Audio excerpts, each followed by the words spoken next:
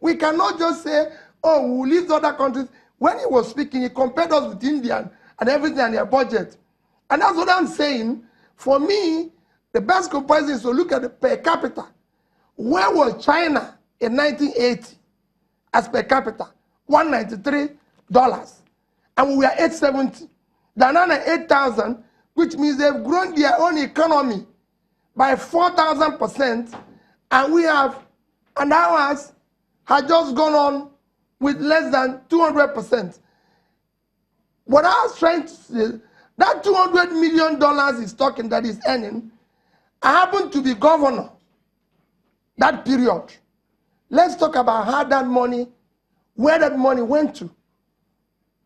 I remember Ngozi Iweala crying every day to us governors, let's save this money. Let's invest more in sovereign wealth fund. Let's invest more in whatever thing we have agreed to save money. That there must be a rainy day. Every one and each of us said no. Let's share the money. I know states that got $1 billion as part of it. So let's know there's at least minutes of all those meetings. It was taken. Comment of every governor. Or go and read Ngozi Iweala's book, Fighting Corruption is Dangerous. You see his comments there. So what are we talking? I said, I'm not here for politics. I'm here to talk about this country. I believe in this country firmly. And I'm one person who says we have no other country than this. All that I said is that this continued borrowing, if it is for infrastructure. What should they say it is? Agreed. Let us know the infrastructure. There's so many borrowings that I go that for me, it's not necessary. We borrowed here to build 4 new or 5 new airport terminals. I can say for me it's not necessary. Other smaller countries didn't have to put themselves into debt in order to build new airport terminal. Like he said, this thing can come through going and doing PPP, proper through capital market to do that. If I could take you back to what you said about former coordinating minister of the economy at the time, while she was asking governors to save, and all governors said no. So was that a deliberate attempt to ensure that the country didn't get out? Why did they say no? I mean, well, what did you know then? I said go and read it. All of us who said no or yes are still actors. We are still in there. We are not the people who are leaders. So for me, it is... Yeah, but did you say no at the time? You were part of them who said not no. Just that I said no, I saved. When I left office, I still say in 3 banks in Nigeria, I had at least $50 million in each and over $10 billion in each. Not just that I said no. That's for the state, but for the SWF, we didn't have that. Well, it is I wasn't running the national government then, but I know that Ngozi representing federal government was crying, not even asking, crying that we should save money. It won't be as so, and everybody say let's share the money. That is what is talking about rainy day. That is already pouring. And everybody have not run the other way and say, oh, things are bad. But you created this problem yesterday.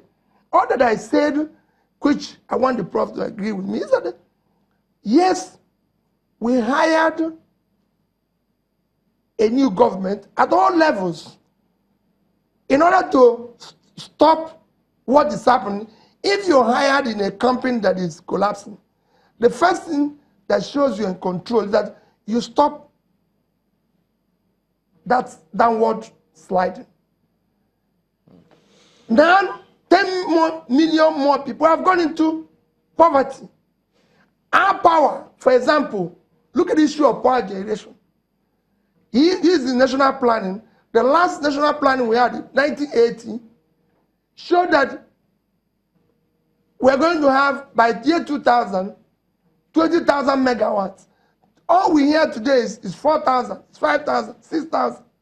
When are we going to get out of this cycle of 4,000, 6,000? But you know, listening to all of this, and of course, we all like to, what is the way forward and solution? But if we still look back at the period you spoke about, I was looking at some stats between 2010 and 2012 with respect to the education sector. And at the point, they said in 2012, that the government at that time allocated about 400 million, which amounted to 8.43% of the budget to education. And then if you look at it today, I mean, from then on till now, we consistently don't seem to focus on doing the right things about education. So what is it about government that when people like you and some others who suggest, they don't seem to pick it? Thank you very much for mentioning that. You see, the most important investment today any country can do is in education. It has been shown clear that the more you can invest in education, the better the growth of your economy, the stronger. Our literacy level, compared to all these countries we are calling China, Thailand, Malaysia, they're all over 90. Ours is at 55. And you could see it in our Human Development Index. When every other country that is mentioned, whether it's G20, which we are not part of, BRICS, which we are not part of, Mint, which we are part of, we are the only country that is not within very high, medium, or even low. We are very low. We are 152 out of 180. The least country with us is in the Mint countries is Indonesia. That's 112, which is still considered about high. None of them is in low, not South Africa. And if you look at their education budget, Indonesia that you mentioned now, the education budget is over $30 billion. South Africa, our budget for education from 2010 to 2015 is not up to South African education budget for 1 year. And here we are not investing in that future, which everybody is worried about. And that is gone. No, I was going to ask if it was about the structure, because UBEC at the time, they said, was not getting their counterpart funding for UBEC. States were not doing that at the point. I don't want to talk about UBEC counterpart funding or no funding, because really, the way we are talking about universal basic education is even faulty. Go to smaller countries like, I've been to Kenya, Rwanda, Uganda, all the countries that operate foreign universal basic education. All these, call it roadblocks all over the place, was not there. They're taking per child, whether in private, public school, every child is entitled to this universal basic education. That money is sent directly to the school. School, they say, if you have a school and you have 200 people, you take per head every year, they send the money to you. Then the school have parents and everything. Okay, pardon me to interrupt, but we'll go to break now. We'll come back and look at more of solutions and the way forward. Don't go away.